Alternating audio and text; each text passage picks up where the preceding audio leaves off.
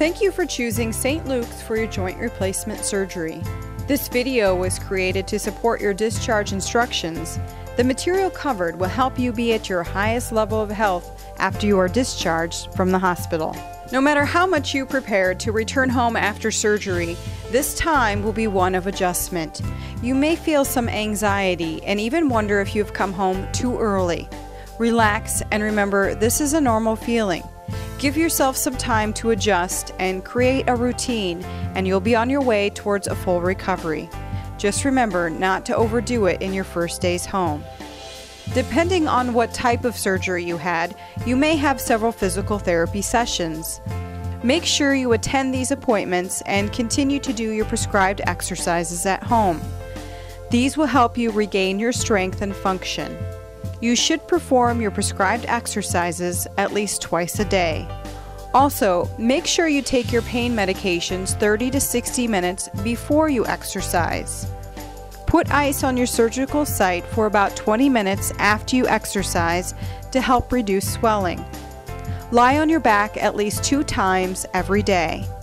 Your legs should be elevated above the level of your heart to help reduce swelling. In your days home, you may increase activity as tolerated with a walker or cane. Be sure to follow weight-bearing instructions as prescribed by your doctor. Do not sit with your legs down longer than 1 hour at a time during your first week home. Be sure to elevate your sore leg above the level of your heart for at least 1 hour at a time. Do this 2 to 3 times a day. It will help with swelling. It is recommended that you walk several times a day. Start with a 5-minute walk and slowly increase with 5-minute increments to a goal of 30 minutes a day. This can be done pretty much anywhere, at home, parks, the mall, or even a store. Slowly increase your time spent walking as tolerated. Eat a well-balanced diet, which includes drinking 6 to 8 glasses of water daily. A high-fiber diet may be needed since some of the pain medications you are taking can cause constipation. Increase your fiber intake and eat more fruits and vegetables. You may need additional calories and protein during this time as your body is using extra energy to heal itself. Be sure you take all of your medications as directed on the printed discharge instructions. On your discharge instructions, there are over-the-counter medications listed. These are to be taken as needed. Also, follow your written discharge instructions for guidance on resuming medications and prescriptions that you were taking before your surgery. If you have any questions about what you should or shouldn't take, call St. Luke's or your family doctor. It is very important to have good management of your pain. This will help you be more active. Take your pain medications as often as ordered and needed, which may require setting an alarm to take during overnight hours. Preventing your pain from getting out of control is important. Good management of pain is important to keep you active. Be sure to refer to your education materials you received from Joint Academy. This information will guide you on what is best for your recovery. You should also wear your elastic stockings or TED hose every day until your follow-up appointment with your surgeon. They need to be taken off twice daily for 30 minutes. Be sure to examine your skin when you have them off and look for sores or red marks. These stockings, along with the blood-thinning medication your doctor has prescribed and remaining active, will help prevent your risk for a blood clot.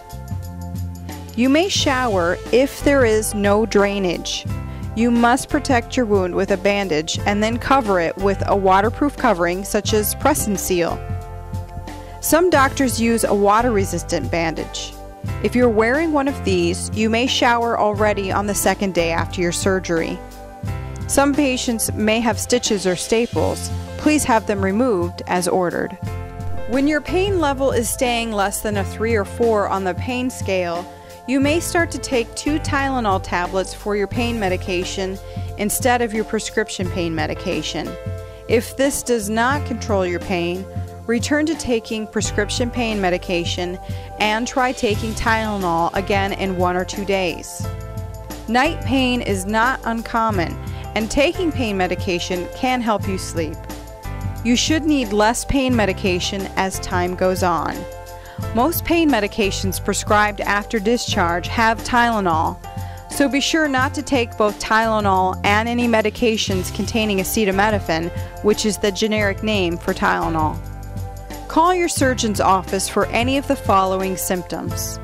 If your incision looks red or has foul-smelling drainage, or if you have any concerns about your incision. If you have pain that is not being controlled by your medicine. If you have a temperature over 101 degrees for more than 2 days. Any changes in skin color. If you have any chest pain or shortness of breath. It is normal to have additional swelling of your leg, and you may have bruising in areas near or below the surgery site after you are home. Using ice on your leg and elevating it should help reduce swelling. Be aware the swelling and bruising may last longer than a month. This is normal. However, if the swelling increases or continues to get worse for more than 48 hours after you are home, you should call your doctor. Other things to keep in mind following your joint replacement surgery: you should call your family doctor if you are ever ill, need to have surgery or procedures, or have any type of infection such as wounds, pneumonia, or open sores in areas other than your surgical site.